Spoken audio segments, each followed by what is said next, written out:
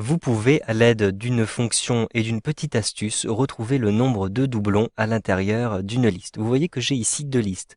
Une première liste qui s'étend de A6 jusqu'à A42, c'est une longue liste. Et ici, une liste un petit peu plus courte qui s'étend de F6 jusqu'à F28. À l'intérieur de cette liste, j'ai peut-être des doublons. J'aimerais bien connaître le nombre de doublons.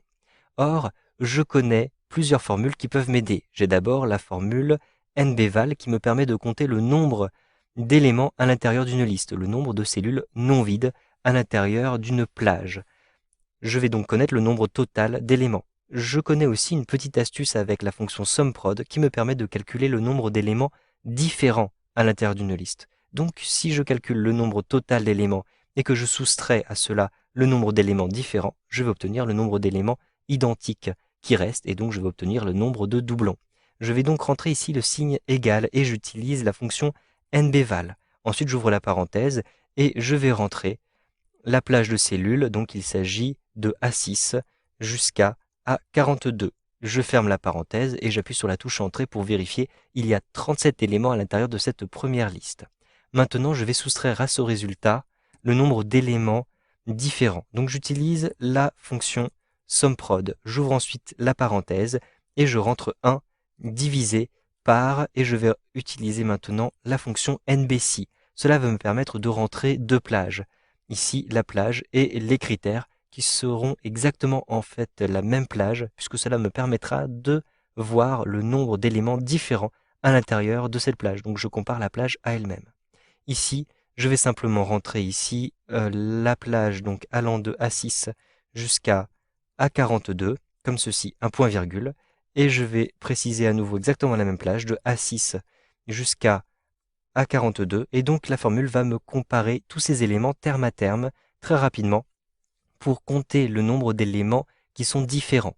Je ferme ma parenthèse une première fois, je ferme ma parenthèse une deuxième fois pour conclure ici la fonction SUMPROD et j'appuie sur la touche Entrée. Je retrouve ici le nombre de doublons à l'intérieur de ma liste. Je vais faire la même chose à cet endroit-ci, donc je rentre le signe égal, ensuite NBval tout simplement, j'ouvre ma parenthèse et je sélectionne ici ma plage allant de F6 jusqu'à, et donc je relâche le bouton de la souris ici en F28, donc de F6 à F28. Maintenant, je ferme ma parenthèse et je vais soustraire, donc SUMPROD, je rentre ici SUMPROD, j'ouvre la parenthèse, 1 divisé par NB.si, j'ouvre ma parenthèse, je choisis la plage, donc il s'agit toujours de F6 jusqu'à F28, et le critère, donc pour comparer terme à terme, de F6 à F28. Ensuite, je vais fermer la parenthèse, je vérifie qu'il n'y a pas de faute de frappe à l'intérieur de cette formule, donc il s'agit bien de F6 jusqu'à F28. Je ferme une deuxième fois la parenthèse et j'appuie sur la touche Entrée. Il n'y a pas de doublon à l'intérieur de cette deuxième liste. Je vais maintenant créer un format conditionnel pour indiquer d'un premier coup d'œil s'il y a des doublons ou non à l'intérieur de ces listes. Je vais donc, à cet endroit-ci, créer un format conditionnel à partir de l'onglet Accueil. Je retrouve ici Mise en forme conditionnelle. Ensuite, je vais ici créer une nouvelle règle, ou bien je peux utiliser les règles de mise en surbrillance des cellules. Si par exemple, ici, ma cellule est supérieure à, donc par exemple, ici je vais choisir dont le contenu est supérieur à 0, et bien alors je vais avoir un remplissage rouge clair comme ceci. Je clique sur OK.